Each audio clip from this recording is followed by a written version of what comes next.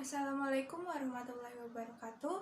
Perkenalkan, nama saya Fadina Rismawati dengan NIM P37326120014 dari program studi D4 Fisioterapi semester 3. Pada video kali ini, saya akan membahas tentang patofisiologi penyakit jantung koroner untuk memenuhi tugas ujian praktik mata kuliah patofisiologi kardiovaskuler pulmonal.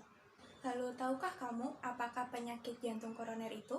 Penyakit jantung koroner atau PJK adalah penyakit jantung yang terutama disebabkan karena penyempitan arteri koronaria akibat proses aterosklerosis atau spasme atau kombinasi keduanya.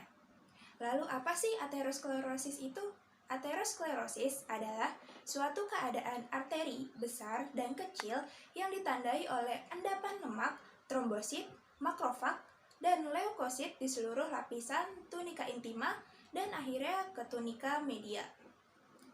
Kolesterol merupakan salah satu dari lemak atau senyawa lipid yang sejak awal diyakini sebagai faktor pencetus dari PJK ini, dan banyak penelitian membuktikan hal tersebut.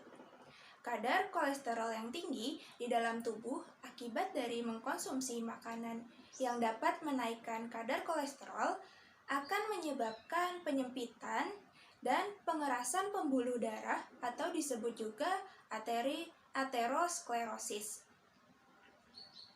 Menurut WHO, memperkirakan sekitar 17 juta orang meninggal akibat penyakit kardiovaskuler. Pada tahun 2005, sekitar 7,6 juta meninggal dunia akibat PJK. Penyakit ini merupakan salah satu masalah kesehatan utama yang banyak diderita oleh masyarakat di seluruh dunia, termasuk di Indonesia. Lalu, bagaimana sih patofisiologi dari PJK ini? Jadi, awal mula PJK terjadi akibat penyumbatan pembuluh darah akibat plak. Plak ini tumbuh karena kadar kolesterol LDL yang relatif tinggi serta menumpuk di bagian dinding arteri yang akan mengganggu aliran darah serta merusak pembuluh darah. Penebalan dan pengerasan arteri besar dan menengah disebut aterosklerosis. Lesi-lesi bagian arteri menyumbat aliran darah ke jaringan dan organ-organ utama yang dimanifestasikan sebagai penyakit koroner arteri, infark miokard, penyakit vaskuler perifer, aneurisma, dan kecelakaan cerebrovaskular atau stroke. Menurut Majid, patologi PJK dapat dilihat sebagai berikut. Yang pertama, ada iskemia.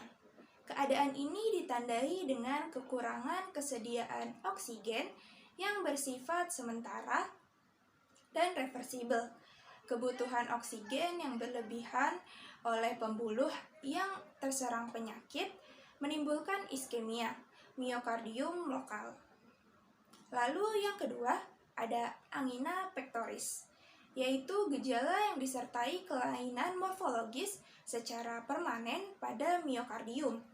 Gejala yang menjadi ciri khas yaitu nyeri bagian dada dengan tekanan berat, panas, dan seperti diremas.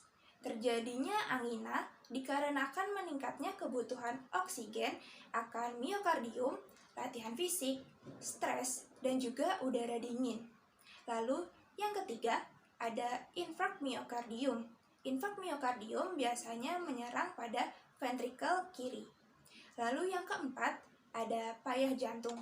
Keadaan ini diakibatkan terdapat beban volume darah secara berlebihan dari bagian struktur jantung. Kondisi ini bisa membuat sirkulasi darah menjadi gagal. Lalu, apa saja ya gejala dari penyakit jantung koroner ini?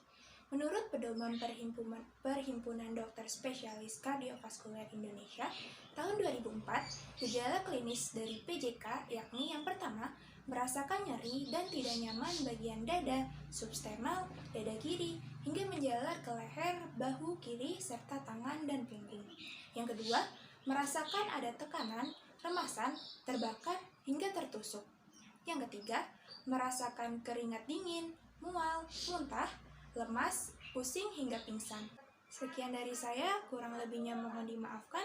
Wassalamualaikum warahmatullahi wabarakatuh.